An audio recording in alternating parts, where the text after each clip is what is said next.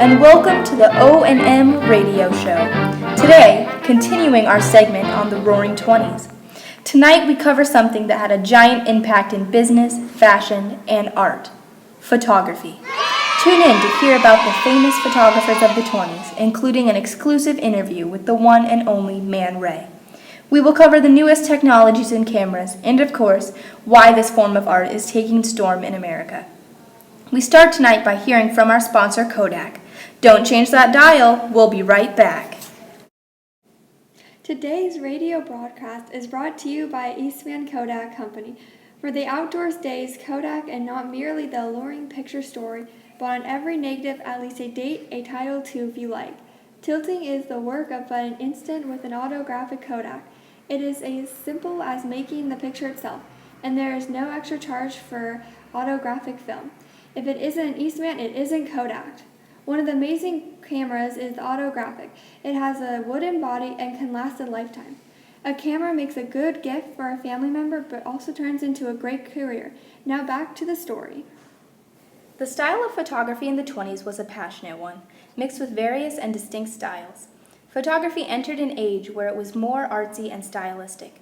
Cubism and surrealism were some of the movements going on at the time. Photographers were using collage, montage, extreme close-ups, and bizarre angles in their work. There was also a more common side to photography.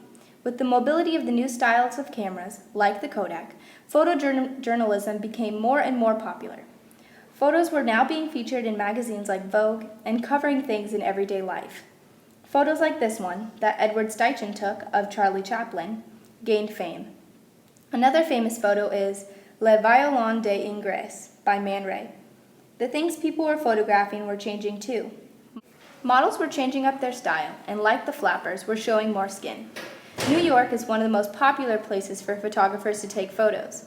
As you can see here is a picture in New York on the top of the Marquee studio on Fifth Avenue. This selfie was taken on December in 1920 with an antediluvian analog camera. In this one-of-a-kind photo are Joseph Byron, Ben Falk, Peary MacDonald, Colonel Marquee, and Bob Core. Many photographers that we know today started their careers during the 1920s. Ansel Adams, a famous photographer's career, started to take off during the 1920s. In 1927, Ansel created his first portfolio called Parmelian Prints of the High Sierras.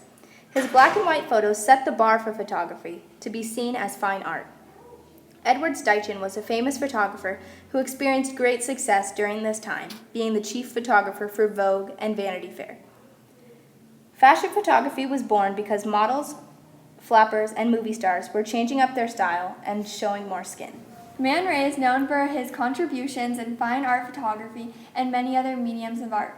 Man Ray taught himself photography by taking photos of his own paintings, but he is now one of the greatest photographers of this time. Here today with us in the studio is the man himself, Man Ray, to talk about his career. I am honored to be here tonight. I want to start out by thanking all who have supported me in my rising to fame. I'm proud of my contributions in modernizing photography. Starting in the 20s, I moved to Paris to create photos and other art in the style of surrealism. I learned and studied with many other photographers. I earned my living by being a fashion and portrait photographer. I started as a painter and spent most of my time studying under the great artists. I became a member of the modernist circle and started experimenting with abstract art. I actually discovered the rayograph by accident. I created it by placing items directly onto sensitized paper and exposed them to light. My photos are considered minimalist, sometimes funny. I love to bring a positive reaction out of people and also push the boundaries. Big thanks to Mr. Ray for coming out here tonight. Now a question that remains unanswered is what people were photographing with. To take photos, all you simply need is a camera, which come in different styles, like the Speed Reflex, a single lens with reflex beginnings. It has the feature of self-capping and speed control. Another amazing camera is the VP Insign, made with folded aluminum. This unique modern invention is made by West Olcott Insign. Here's another camera made by German company Hookton. Now this camera is surely special, made by Kodak Company, our great sponsor. It is an autographic Kodak Junior camera with a wooden body and made to last a lifetime. Now, here we have the folding autographic Brownie camera. It has a feature of 120 roll of film, and it was also made in New York by the Kodak Co. All of these amazing cameras just showed are a great way to take beautiful photos. Now you might ask yourself, why would anybody take photos? Why is this so popular in the 20s? Well, there are a lot of different answers. People were using them to document the major events affecting them at the time, like Prohibition and women's suffrage.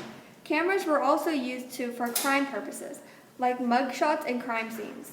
They take portraits and great lasting photos of airplanes. People were able to document so much because of the mobility of the new cameras. It is also possible to make great use of photos through advertising. Thank you for tuning in into another episode on the Roaring 20s. Tonight, we covered the newest technology in cameras, photographers that had a big impact, and of course, Man Ray. I hope by learning a little bit about what photography was like a few years ago, you are able to connect more with your art and make even more breakthroughs in this new decade. Thank you for watching and listening. You were a great audience. Let's give a big thanks to Kodak Co. for helping us bring this radio broadcast to you. See you next week, folks.